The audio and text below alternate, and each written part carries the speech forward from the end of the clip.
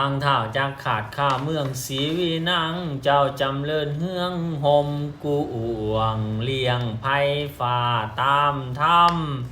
อิทธิโยยิ่งใส่ทั้งสาวนุ่มหน้าตาซุ่มโลดล่มตาผ้าห่มฮักทานให้ตีอกให้เต็มเมืองนิคามิพระบุญเฮืองจอมละอาจจักได้ภาคสีพีสีวีนั่งจำเลิ่นดีแก่ภัยโดยดามไตตามธรรมโอโลธานางเฮือนหลวงเศร้าแม่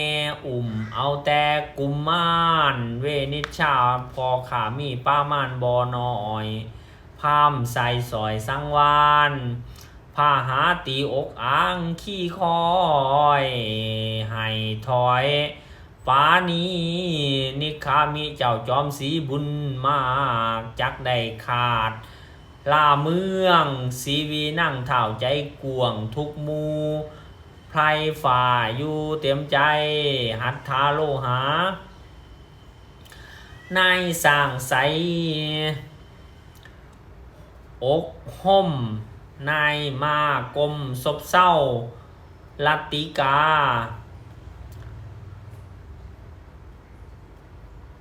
ลัตตุติกานายรถมานายรถมามั่วมืดไพ่ฝ่าอืดใจผ้าหาปลาห่มในแสบไม่ตีอกไห้หอดหิวตายนิคามิเจ้าฝ่าพายเลี้ยงไพ่จักหมางไปเอาหนีสีวีนั่งจำเลิ่นสีส้มซื่นไผ่ฝ่าตื่นเต็มเมืองสมานาฝูงสีเฮืองแลเศร้าเจ้ายินโศกเศร้ามัวเมาอันเยยาจกเงาส้มแสบห้องไห้แหบดอมได้พาหะตีอกตายสะลุมน้ำตาซุมเนื่องน้องอะธรรมโมภัยทั้งปวงพันแผนถวนนาแกนอาธรรมยะถาเท่าควรย่ำต้นพานแผ่วท่านสร้างแก้วเกิดกับบุญเศร้าเมืองบุญหาเหตุว่าเจ้าพาญาเวทบ่ได้การเท่าโอยทานหลายเล่าของเก่าแต่เมืองตนสีวีนั่งไพ่สนใส่โทษว่าหายโสดขับหนีสัมมาใจเจ้าใจดีจักจากพัดผากบ้านเมืองไปคนห้ำให้ห้องให้คิดถึงพระบาทไทยทั่วทั้งเมืองแลท่านขันกันที่สี่ท่านี้ในเมื่อสัตตกามหาท่านอันพาผู้บานเวสันตลาดได้ปาสาหัสให้ซื่นสมบานเสด็จเข้าไปสู่สถานบังคับภาษาทนั่งเนื้ออาหารเสวยข้าวนามโภชนาอาหารมีรักษาหลายประการเลิกแล้วพระต้นแก้วจึงจินตนาว่าบัดนี้กูพระกษัตริย์คัตติยะแก่นไทยเข้าไปไหวภาวลปิตามารดาขอทุนล่าออกไทยเพื่อจักเข้าป่าไม้บวชเป็นสีในเมื่อเสียงราตรีแห่งขึ้นอันนี้ขั้นพระองค์คิดแล้วกับนางแก้วลาดสมัทธีพร้อมกันดีทั้งคู่ลูกน้อยเข้าไปสู่เฮือนหลวงแห่งภาวลปิตามารดาแก่นไทยก้มกราบไหว้วันท่าภาวลปิตามารดาตนพ่อตานถอยต่อทุนสารว่าเทวะขาแต้มพายุหัวเอ้ยเป็นเจ้าบัดนี้ไพ่ฟ้า เฮาโฮมควันกวนพระไทยพระปิตุลาชเหตุข่าพระบาทให้สร้างแก้วเป็นทานพร้อมกันผ่านไส้โทษพร้อมกันโกหดครับนี้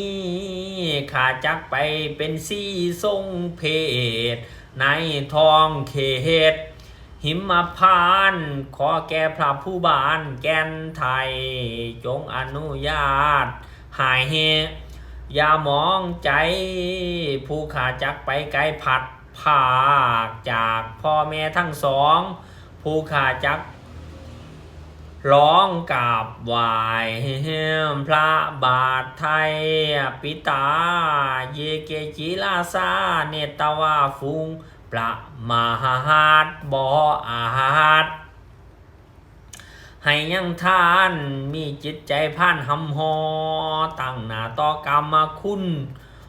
บ่กล้าทำบุญคำลบยำพ่อแม่ทั้งเฒ่าแก่ในตระกูลผู้มีคุณหลวดประมาทขั้นหมอลันนาด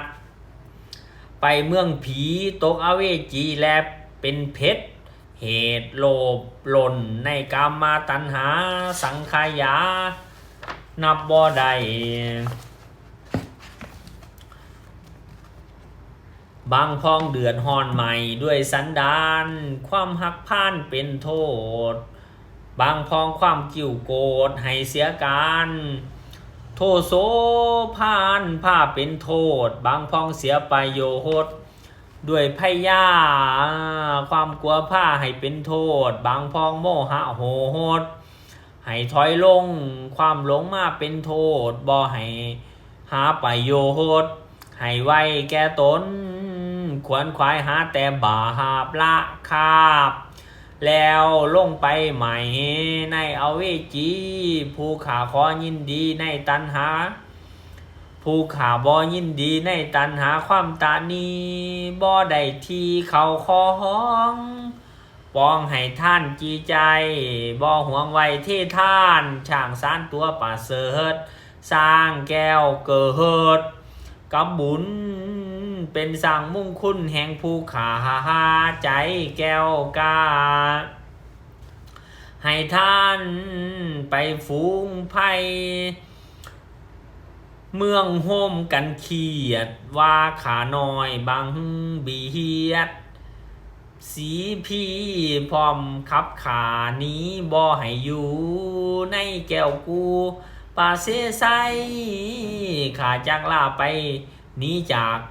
พัดผากของบุรีไปเป็นซี่ห่อนไหมในป่าไม้ไผ่เขียวทุกตนเดียวผู้ขาเป็นกำพามนมองใจ